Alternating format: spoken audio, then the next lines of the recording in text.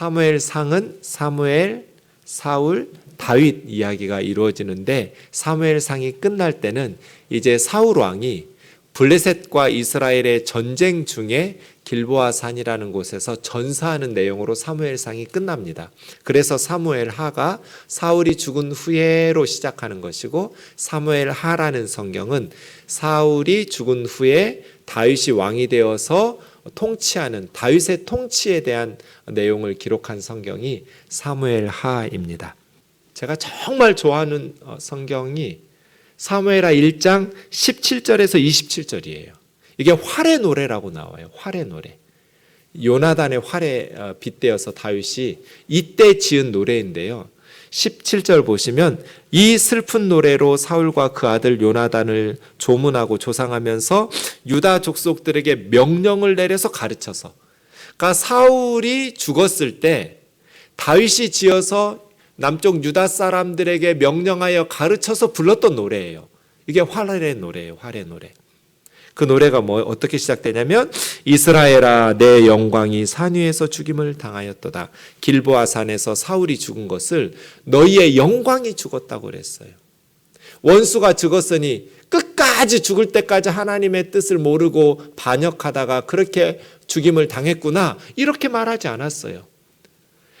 이스라엘의 영광이 산 위에서 죽임을 당하였도다. 오라 두 용사 사울과 요나단이 엎드러졌도다 하면서 이스라엘 딸들아 사울을 슬퍼하여 울지어다라고 노래 가르쳤어요.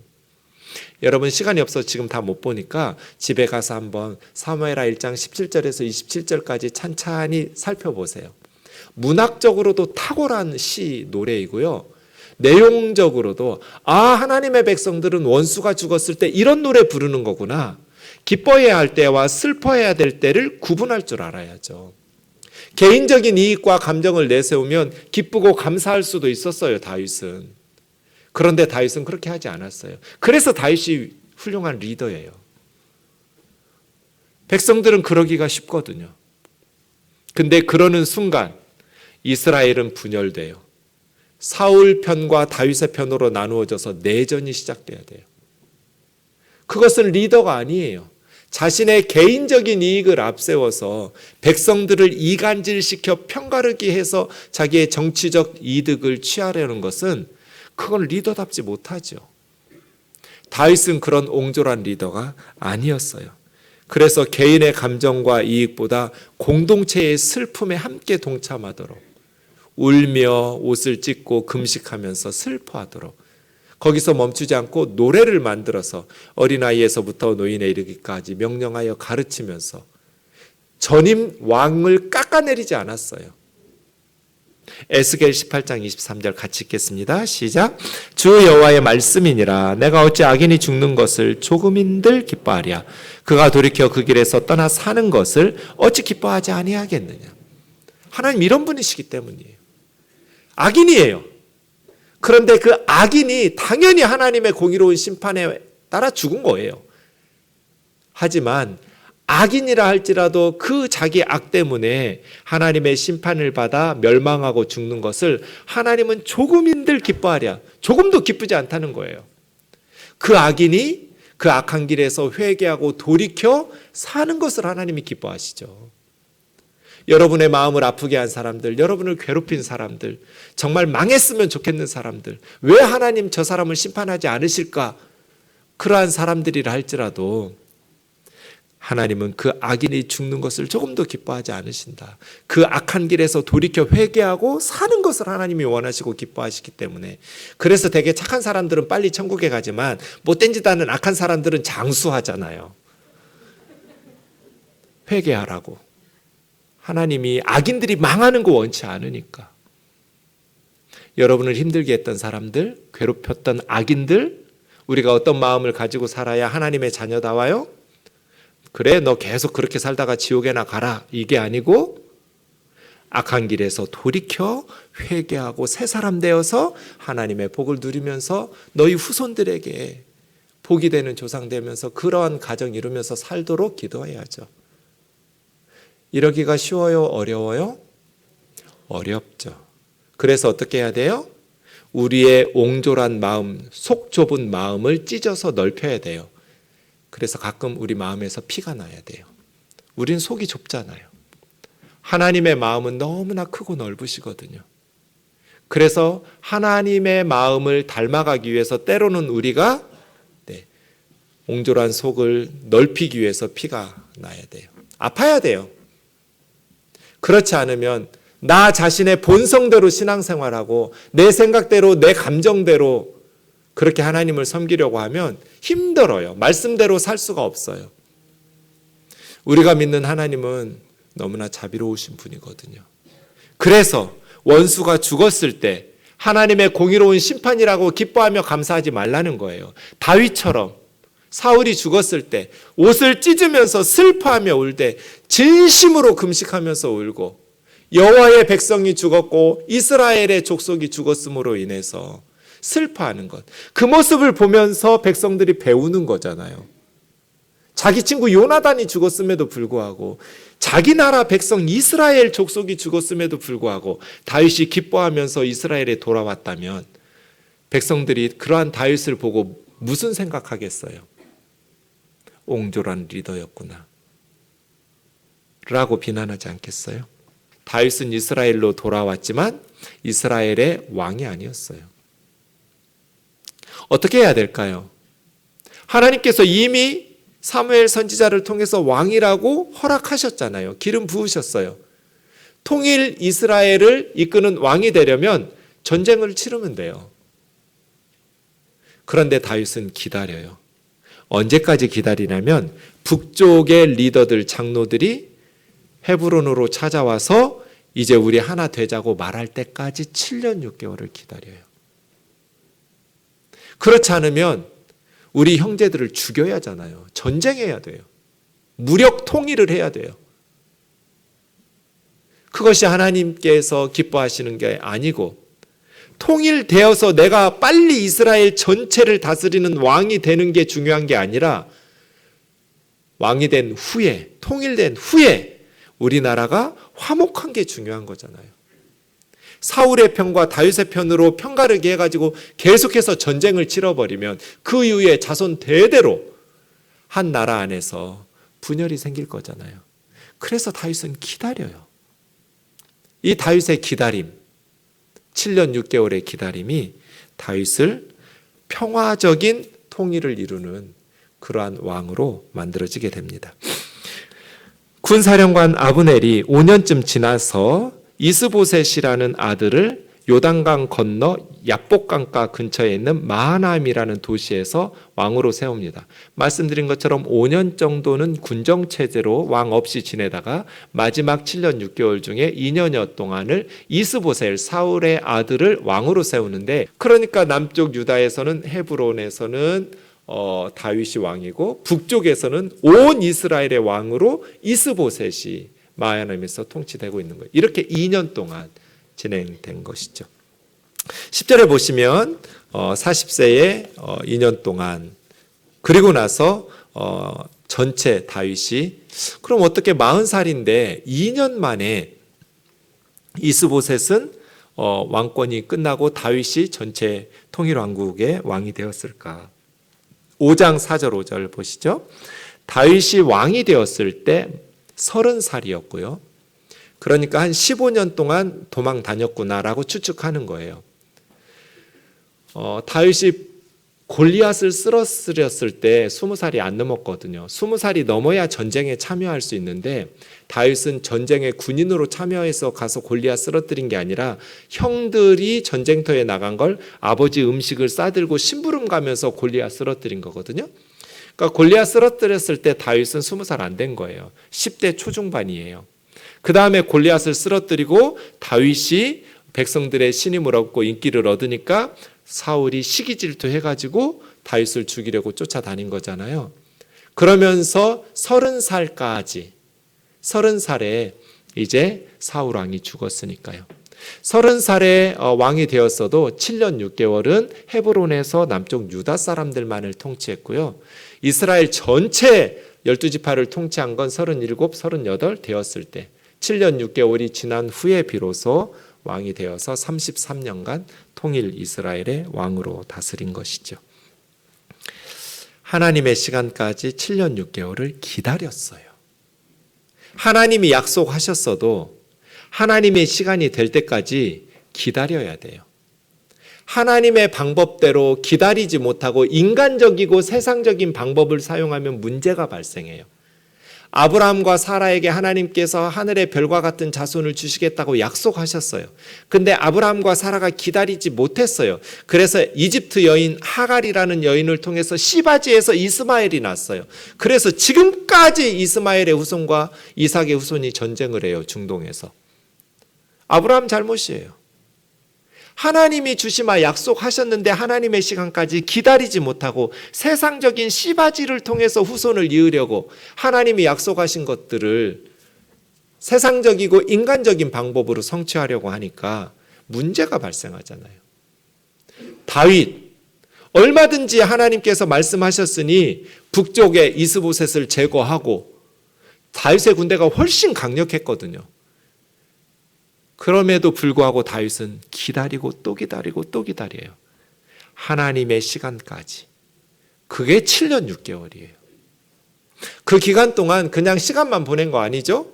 실력을 기르면서 통치자로서 이스라엘 백성들의 마음을 얻도록 기도하면서 기다려요. 준비하면서 실력을 기르면서. 7년 반이 지났습니다. 이제 군사령관 아브넬이 보니 더 이상 북쪽이 남쪽에 적수가 되지를 못합니다. 그래서 몇몇 리더들과 의논해서 헤브론의 다윗에게 찾아옵니다. 이제 당신 다윗이 이스라엘 전체를 다스리는 왕이 되어달라고. 다윗은 그토록 기다리던 순간이잖아요. 드디어 나라가 통일되는, 이스라엘이 하나가 되는 순간이 찾아왔어요. 너무 기뻤어요.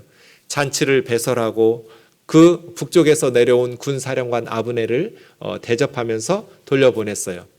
그런데 정복전쟁에 나갔다가 돌아온 다윗의 군사령관 요압이라는 사람이 그 아브넬이 왔다 갔다 하는 소식을 듣고 분노하기 시작해요.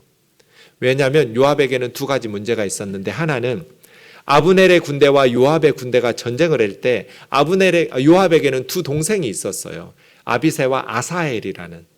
그래서 요압과 아비새와 아사헬이 다윗의 군대의 핵심적인 장수들인데, 막내 동생인 아사헬이 아브넬의 뒤를 쫓았는데 이 아사헬이 걸음이 너무 빨랐어요. 들 노루처럼 빠르다고 그랬어요. 그래서 아브넬이 달아나는데 계속해서 요압의 동생 아사헬이 뒤쫓아오는 거예요. 그래서 아브넬이 창을, 원래 아사헬을 죽이려고 했다면 앞쪽으로, 이 날이 있는 쪽으로 뒤돌려서 찔러야 되는데 그렇게 하지 않고 창 뒤쪽으로 밀었어요. 아브넬을 쫓아오지 말라고 자꾸 달라붙으니까. 근데 아사헬이 너무 빠르니까 그 창 뒤쪽에 찔려가지고 그냥 몸이 뚫려서 죽었어요. 앞쪽으로 찌르지도 않았는데. 그런 사건들이 있었기 때문에 아브넬이 그 후에 다윗에게 와서 이제 통일하자고 제안했다가 돌아갔다는 소문을 듣고 요압은 자기 동생 아사헬을 죽였던 개인적인 원한 때문에 아브넬을 뒤쫓아가서 은밀하게 친절하게 이렇게 가까이 하는 척하면서 칼로 찔러 죽입니다. 아브넬에게는 개인적인 동생을 죽인 원한도 있지만 이 아브넬은 장차 통일이 되면 자기의 강력한 경쟁자가 되잖아요. 둘 다 군사령관이니까요. 그래서 제거하는 거예요, 요압은. 생각해 보세요. 이제 우리 한국 통일하자고 북쪽에 실권을 가진 군사령관이 리더들 20명을 끌고 남한으로 내려왔어요. 그런데 너무나 행복한, 드디어 우리가 바라던 통일이 눈앞에 든 그 순간에 남한의 군사령관이 북한 군사령관을 죽였다고 해보세요. 정당한 절차나 대통령의 승인도 없이 개인적인 원한 감정을 가지고 이스라엘은 갑자기 아브넬의 암살로 인해서 국가적인 내전의 위기에 빠졌어요. 이거 전쟁하자는 거잖아요. 우리 리더 군사령관이 내려갔는데, 좋은 뜻을 가지고 다윗에게 갔는데 죽었어요. 살해당했어요.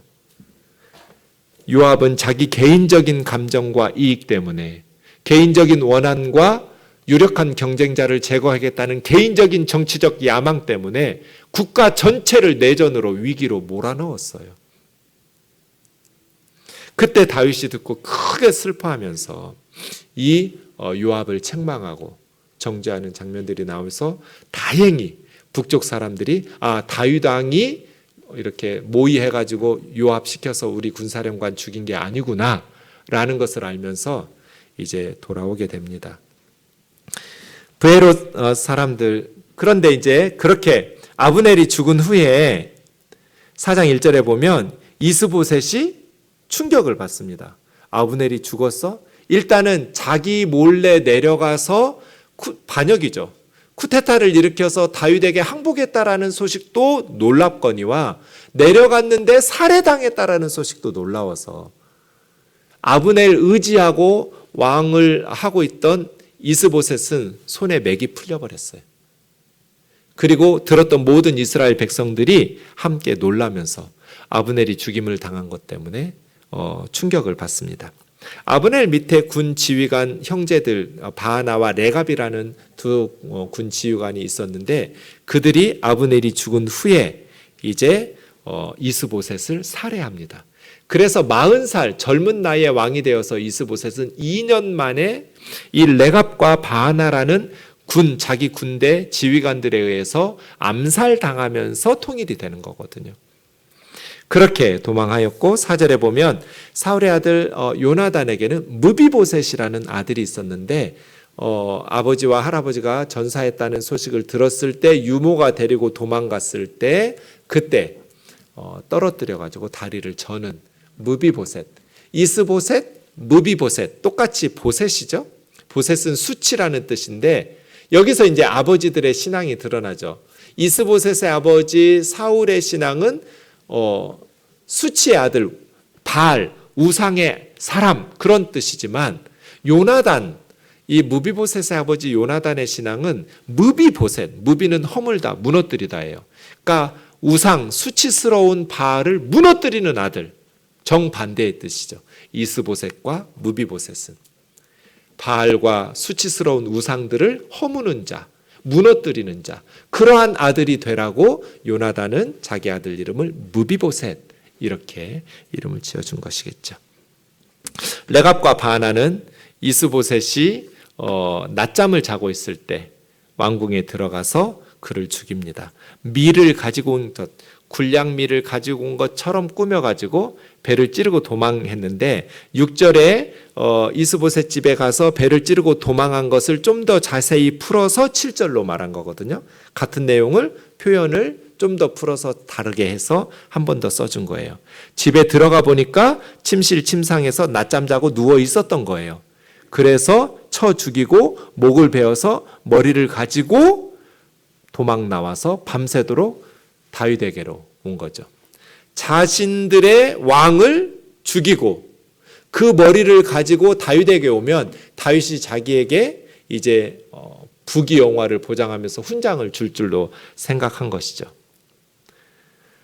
다윗은 어떻게 해야 될까요? 9절이요. 여호와의 살아계심을 두고 맹세하노니 내가 사울과 요나단 죽었다는 소식을 데리고 왔던 그것을 기뻐하면서 전했던 아말렉 소년도 죽였는데 너희처럼 그렇게 자신의 왕을 죽이고 그 머리를 끊어가지고 그런데 8절 다시 보세요. 이 사람들이 헤브론에 다윗에게 와서 뭐라고 말하는지 레갑과 바하나가 왕의 생명을 헤아려 하던 원수 사울의 아들 이스보셋의 머리가 여기 있나이다. 여호와께서 오늘 우리 주 되신 왕의 원수를 사울과 그 자손에게 갚으셨나이다.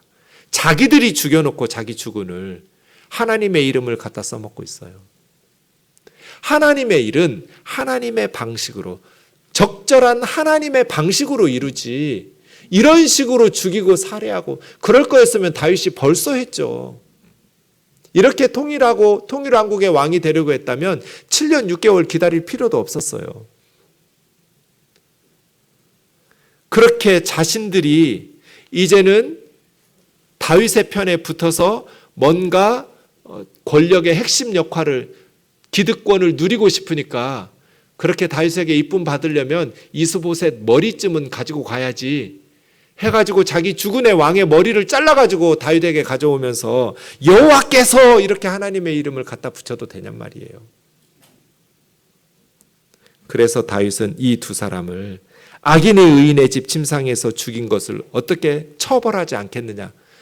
레갑과 바하나를 처형시킵니다. 왕을 죽인, 훈장이 아니라 킹메이커가 되는 것이 아니라 킹킬러라고 해서 왕을 죽인, 의인을 죽인 악인으로 처벌받게 되는 것이죠. 그 후에 비로소 그러한 다윗의 모습들을 보면서 북쪽의 장로들이 내려와 다윗에게 5장 1절에 가면 모든 지파가 우리 왕이 되어주세요 라고 요청한 것이 7년 6개월입니다. 이스보셋이 요나단과 같은 형의 마음을 가졌더라면, 사람을 의지하면서 아브넬 밑에서 그냥 왕인 것처럼 무늬만 왕이고 아브넬이 죽었다니까 손에 맥이 풀려버리는 그러한 무능한 왕의 자리 지키려고 하지 말고 요나단처럼 다윗에게 가서 당신이 우리 이스라엘 전체에 하나님의 족속의 왕이 되어달라고, 나는 우리 형 요나단이 말한 것처럼 당신 밑에서 도와서 나라를 잘 이끌어갈 수 있도록 그러한 삶을 살겠노라고 했더라면 얼마나 좋았을까요? 말씀 마치겠습니다. 왕이 되는 건 중요하지 않습니다. 누군가는 왕이 되겠죠. 정말 중요한 건 뭐예요? 좋은 왕이 되는 거예요. 다윗, 하나님의 시간까지 기다리는 거죠. 15년여 동안 도망 다니면서 기다렸어요.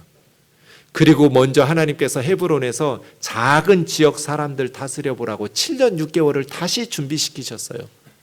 그렇게 준비된 후에 33년간 이스라엘 전체를 다스리라고 맡기셨어요. 사랑하는 자매 형제 여러분, 왕이 되는 건 중요하지 않아요. 좋은 왕이 되는 게 중요한 거예요. 전 이걸 몰랐어요. 개척해서 매주 전도하면서 진짜 하나님이 이해가 안 됐어요.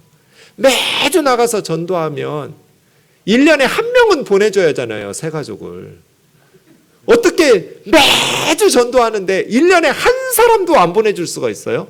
제가 하나님한테 하나님 입장 바꿔 생각해 보라는 말 엄청 많이 했어요. 하나님 한번 입장 바꿔서 생각해 보라고. 아니 개척을 시켰으면은 1년에 한 명, 한 달에 한 명 아니에요. 어떻게 새 가족 1년에 한 명도 안 보내주실 수가 있냐고요. 돈 달라는 구걸하는 분도 안 왔어요. 다른 교회는 그렇게 많이 오셔서 문제라는데. 근데 지금 생각해 보니까 제가 하나님 괴롭혔어요. 목사가 준비가 안 됐는데 성도들 보내주면 어쩌려고요. 제대로 신앙교육을 시킬 수 있는 실력도 안 되는데, 성경도 모르고 목회도 모르는 젊은 제가 어떻게 교우들을 이끌어가려고. 근데 만약에 그때 교회가 성장했다면 저는 말씀 공부할 시간이 없었을 거예요. 바빠서. 그때는 성도님들이 없으니까 하루 종일 성경만 붙들고 공부했죠. 그래서 부족하지만 이만큼이라도 하나님의 말씀을 알게 된 거예요. 아, 왕이 되는 게 중요한 게 아니구나. 우리 우면동 교회가 한 사람 한 사람이 힘들고 어려운 순간 훌륭한 셰프가 되려면 양파 까고 접시 닦아야죠. 힘들고 지루한 고난의 시간을 견뎌내야죠. 그렇게 실력을 기르러서 하나님께서 어떤 직분을 주셨을 때 잘 감당할 수 있는 그러한 그리스도인의 삶을 살아가기를 주님의 이름으로 축원합니다.